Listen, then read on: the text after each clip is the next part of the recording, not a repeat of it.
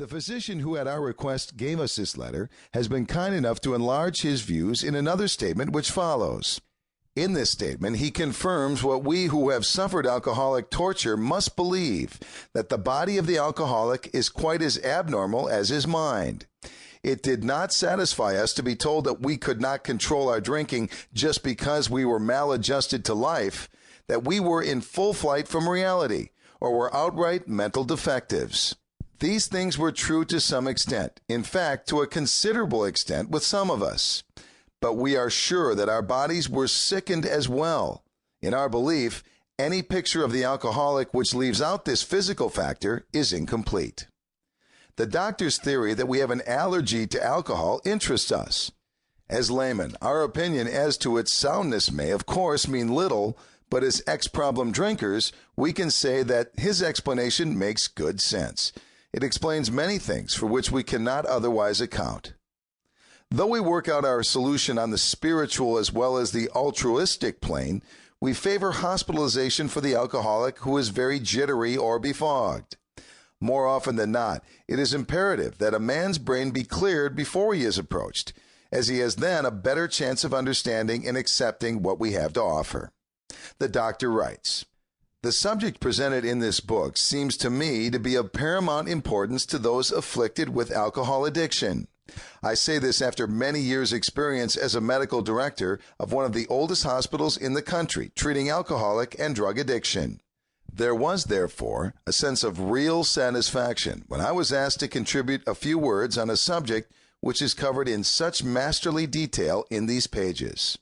We doctors have realized for a long time that some form of moral psychology was of urgent importance to alcoholics, but its application presented difficulties beyond our conception. With that, our ultra-modern standards, our scientific approach to everything, we are perhaps not well equipped to apply the powers of good that lie outside our synthetic knowledge."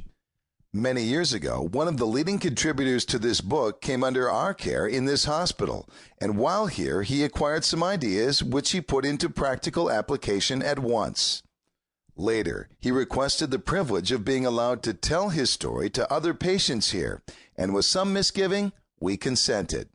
The cases we have followed through have been the most interesting. In fact, many of them are amazing.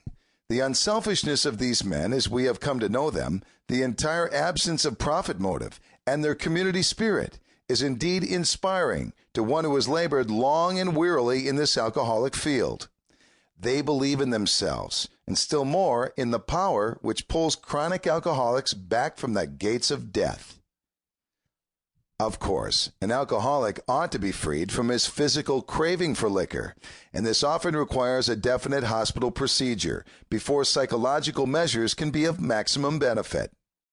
We believe, and so suggested a few years ago, that the action of alcohol on these chronic alcoholics is a manifestation of an allergy, that the phenomenon of craving is limited to this class and never occurs in the average temperate drinker.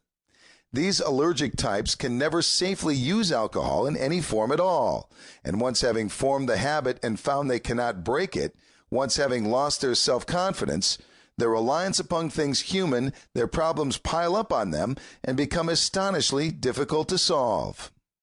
Frothy emotional appeal seldom suffices. The message which can interest and hold these alcoholic people must have depth and weight. In nearly all cases, their ideals must be grounded in a power greater than themselves, as if they are to recreate their lives. If any feel that as psychiatrists directing a hospital for alcoholics, we appear somewhat sentimental, let them stand with us while on the firing line, see the tragedies, the despairing wives, the little children.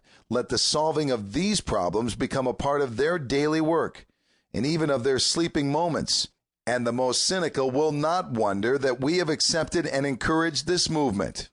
We feel, after many years of experience, that we have found nothing which has contributed more to the rehabilitation of these men than the altruistic movement now growing up among them. Men and women drink essentially because they like the effect produced by alcohol. The sensation is so elusive that while they admit it is injurious, they cannot after a time differentiate the true from the false. To them, their alcoholic life